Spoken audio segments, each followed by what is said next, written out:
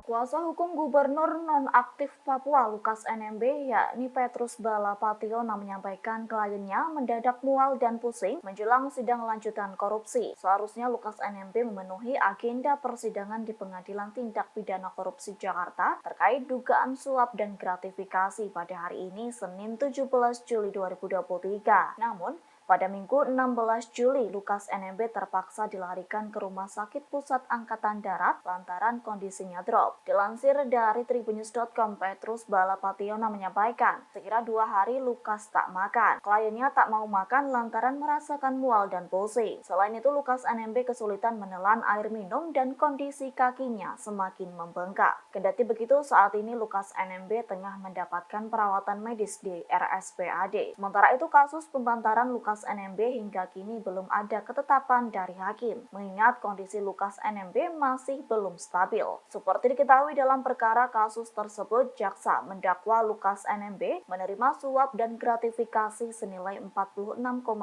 miliar rupiah. Uang tersebut dicurigai diterima sebagai hadiah yang berkaitan dengan jabatannya sebagai Gubernur Papua 2 periode, yakni tahun 2013 hingga 2023.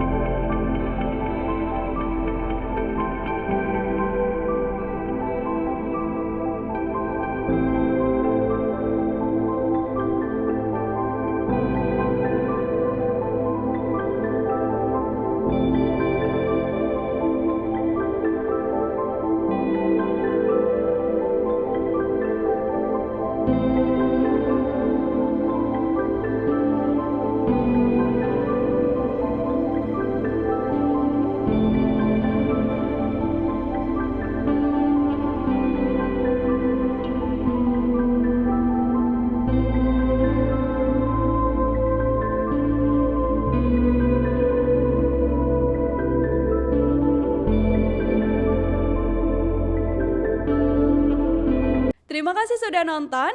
Jangan lupa like, subscribe, dan share ya.